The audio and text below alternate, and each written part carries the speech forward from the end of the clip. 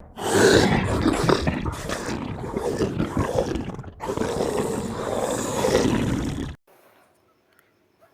दोस्तों, कैसे हैं आप सभी। आई होप कि आप लोग अच्छे होंगे। एक बार फिर से स्वागत है आपके अपने यूट्यूब चैनल साइंस बाला पे।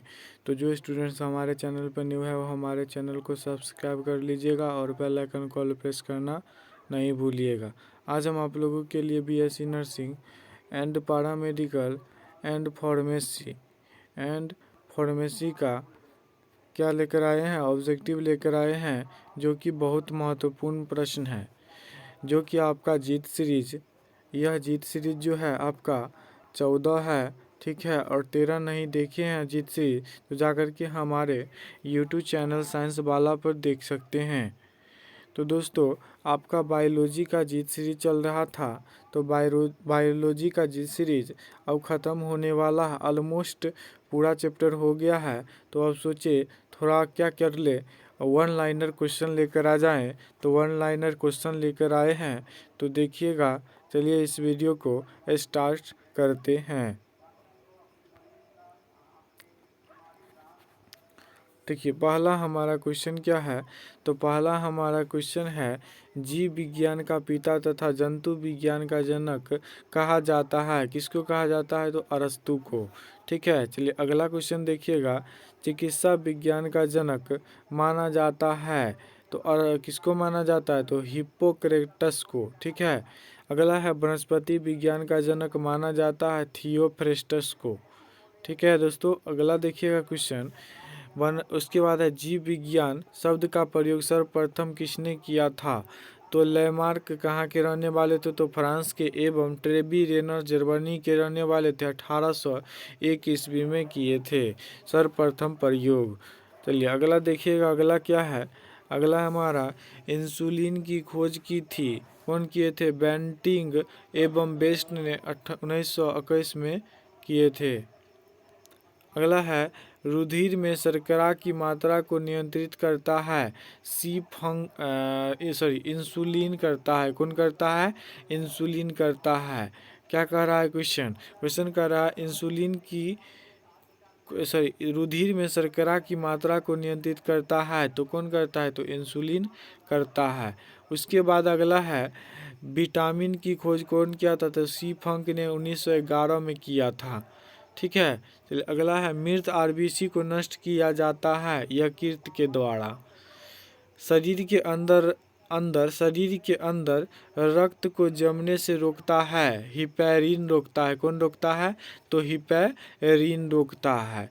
उसके बाद अगला क्वेश्चन है, उसके बाद है, प्रोटीन का सबसे पहले प्रयोग किया गया था, तो कौन किए थे? तो जे बर्जेलियस किए थे। ठीक है, अगला है हमारा क्वेश्चन, मनुष्य शरीर को आवश्यकता होती है 20 प्रकार की प्रोटीन की। एक अगला क्वेश्चन छूट गया। प्रोटीन बना होता है 20 एमिनो अम्ल से मिलकर।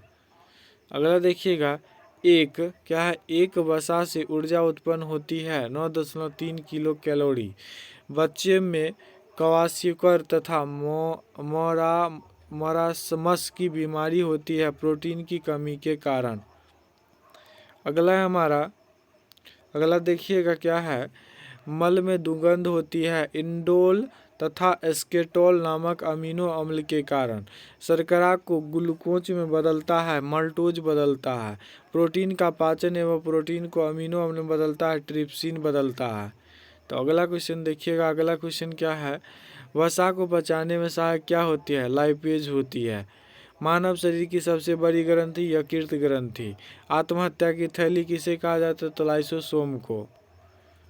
अगला है हमारा, क्रोमोसोम का नामकरण किसने किया था? तो बोल्डेयर ने किया था। शरीर का सबसे बड़ा अंग कौन है? त्वचा है।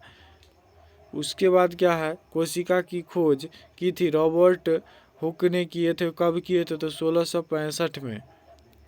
उसके बाद है, मनुष्य के शरीर की सबसे बड़ी कोशिका तंत्रिका कोशिका। उसके बाद क्या है, पीत का निर्माण होता है यकृत के द्वारा होता है। कोशिका सिद्धांत का प्रतिपादन किया गया था, स्लाइडन और सोवान ने किए थे। उसके बाद अगला हमारा क्वेश्चन है, दूध को फाड़ने या थक्का बनाने का कार्य करता है, रेनिन करता है। कौन करता है? तो रेनिन करता है। अगला है, लार का पीएच मान होता है 6.67, अम्लीय होता है। उसके बाद क्या है? उसके बाद है, लार का मनुष्य का लार प्रतिदिन स्रावित होता है 1.5 लीटर, प्रकृति क्षारीय होगा। लार में मुख्य रूप से से पाया जाने वाला एंजाइम क्या है? टाइलिन है। क्या है? टायलिन है। उसके बाद है, पचे हुए भोजन का अवशोषण होता है, छोटी आंत में होता है। कहाँ होता है? तो छोटी आंत में।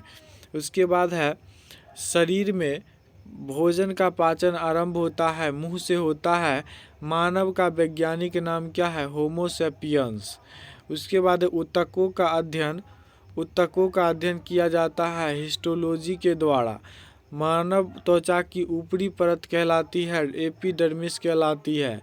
मनुष्य में क्रोमोसोम पाए जाते हैं 46 यानी 23 जोड़ा पाए जाते हैं। उसके बाद है,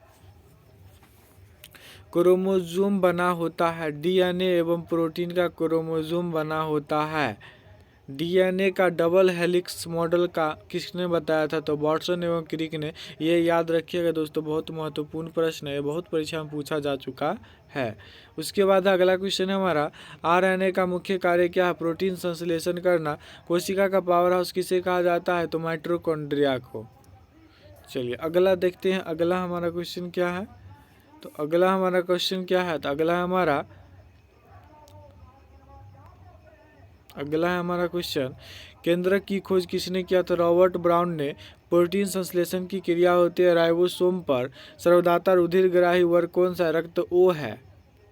चलिए उसके बाद है, रक्त का पीएच मान कितना होता है? रक्त का पीएच मान कितना होता है? तो 7.4 होता है, प्रकृति क्षारीय होती है। उसके बाद रक्त समूह का खोज कौन किया था? तो लैंडस्टीनर ने। वहाँ आप लोग देखे होंगे, रक्त का खोज कौन किया था? तो सी फंक किए थे। कौन किए थे? तो सी फंक किए थे। लेकिन यहाँ रक्त समूह पूछ रहा है, तो रक्त समूह का खोज लैंडस्टीनर किए थे 1900 ईस्वी में। उसके बाद है, देखिएगा, उसके बाद है, लाल रक्त कणिका का कब्रगाह किसे कहा जाता है? तो प्लीहा को कहा जाता है। किसको कहा जाता है दोस्तों?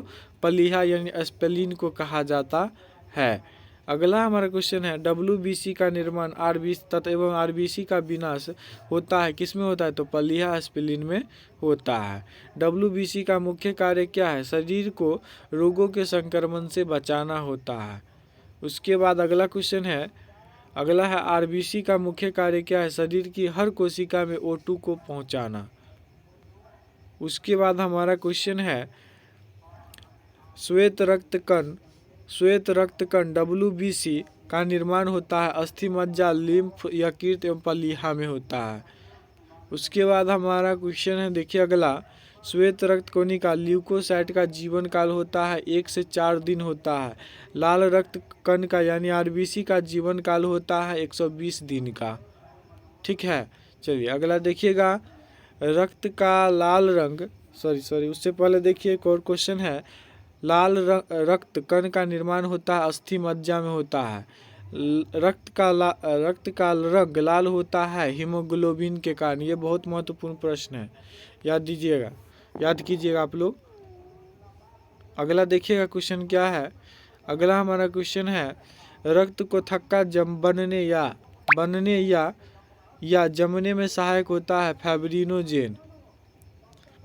उसके बाद है, विटामिन ए तथा विटामिन बी की खोज किया था मैकुलन ने किया था। ठीक है। चलिए अगला देखिए, विटामिन सी और विटामिन डी की खोज होल्क विटामिन सी की खोज किए थे और हॉपकिंस विटामिन डी की खोज किए थे। जल में घुलनशील विटामिन कौन है? हाँ, ये याद रखिएगा दोस्तों, बहुत महत्वपूर्ण है ये और इसके नीचे वाला। जल में घुलनशील विटामिन कौन है? तो बी और सी। और वसा में घुलनशील ADE क्या है दोस्तों? AD क्या हो जाएगा? जल में घुलनशील विटामिन अगर पूछेगा तो B एंड C हो जाएगा। ठीक है। उसके बाद अगर वसा में घुलनशील विटामिन पूछेगा तो क्या लिखे? A के। ठीक है, ये हमारा क्या हुआ, वसा में घुलनशील विटामिन, और ये हो गया जल में घुलनशील विटामिन, याद रखिएगा। चलिए अगला देखिएगा, अगला क्या है। तो अगला हमारा क्वेश्चन है, शरीर में जल का भार होता है 65 से 80%। एक स्वस्थ व्यक्ति को प्रतिदिन पानी पीना चाहिए 4 से 5 लीटर। अस्थियों तथा दांतों को निर्माण में सहायक होता है कैल्शियम एवं फास्फोरस। चलिए अगला क्वेश्चन देखिएगा, हड्डी तथा दांतों को स्वस्थ रखने में सहायक अकार्बनिक पदार्थ क्या है, फ्लोरीन है। ठीक है, अगला देखिएगा, विटामिन ए का रासायनिक नाम क्या है, रेटिनॉल है, जो कि अंडा, गाजर और दूध से क्या होते हैं, प्राप्त होते हैं। स्रोत है इसका। विटामिन सी का रासायनिक नाम है एस्कॉर्बिक एसिड, जो कि आंवला से प्राप्त होता है और नींबू से। चलिए अगला है हमारा, विटामिन डी का रासायनिक नाम है कैल्सीफेरॉल, जो कि स्रोत है इसका सूर्य का प्रकाश। इसे मुफ्त क्या कहा जाता है, मुफ्त विटामिन कहा जाता है, इसे मुफ्त विटामिन भी कहा जाता है। ठीक है, चलिए अगला देखिएगा क्वेश्चन क्या है। अगला हमारा, विटामिन ए की कमी से होने वाला रोग, तो रतौंधी हो जाएगा, इसका क्या हो जाएगा आंसर, रतौंधी हो जाएगा। ठीक है, चलिए देखिए अगला क्वेश्चन क्या है।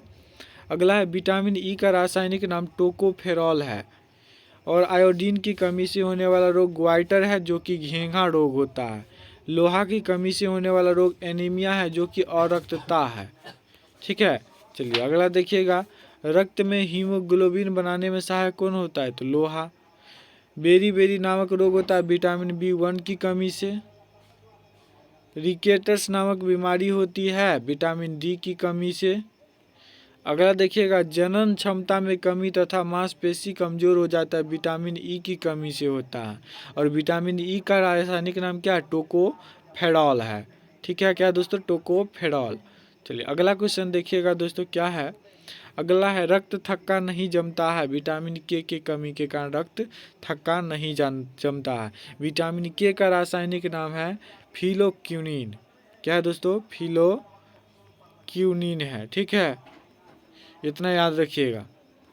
तो अगला देखते हैं, अगला कुछ नहीं, अब खत्म हो गया है दोस्तों क्वेश्चन हमारा। तो देखिए यहाँ बीएससी नर्सिंग, पैरामेडिकल और फार्मेसी की जो स्टूडेंट तैयारी कर रहे हैं, वो हमारे चैनल से जुड़ कर के इसका अच्छा से तैयारी कर सकते हैं, और अपनी तैयारी करने में बहुत महत्वपूर्ण भूमिका निभाएगा। ये आप वीडियो, जीत सीरीज का जो वीडियो है, बहुत भूमिका निभाएगा आप लोग को तैयारी करने में। तो आप लोग हमारे चैनल से जुड़ कर तैयारी कर सकते हैं। यहाँ देखिएगा, अगर जीत सीरीज हमारा 13 नहीं देखे हैं तो जा कर के हमारे चैनल पे देख सकते हैं, और यह जीत सीरीज 14 भी बना रहे हैं। ठीक है, तो देखिए अगला हमारा क्या है। तो आज के लिए इतना ही। Thanks for watching the videos. अगर हमारा वीडियो अच्छा लगा तो हमारे चैनल को सब्सक्राइब कर लिया, बेल आइकन को ऑल प्रेस करना नहीं भूलिएगा। अगर और अधिक अच्छा लगा तो अपने दोस्तों में शेयर और क्या कर दीजिएगा, लाइक कर दीजिएगा। तो आज के लिए इतना ही, मिलते हैं नेक्स्ट वीडियो में, तब तक के लिए धन्यवाद।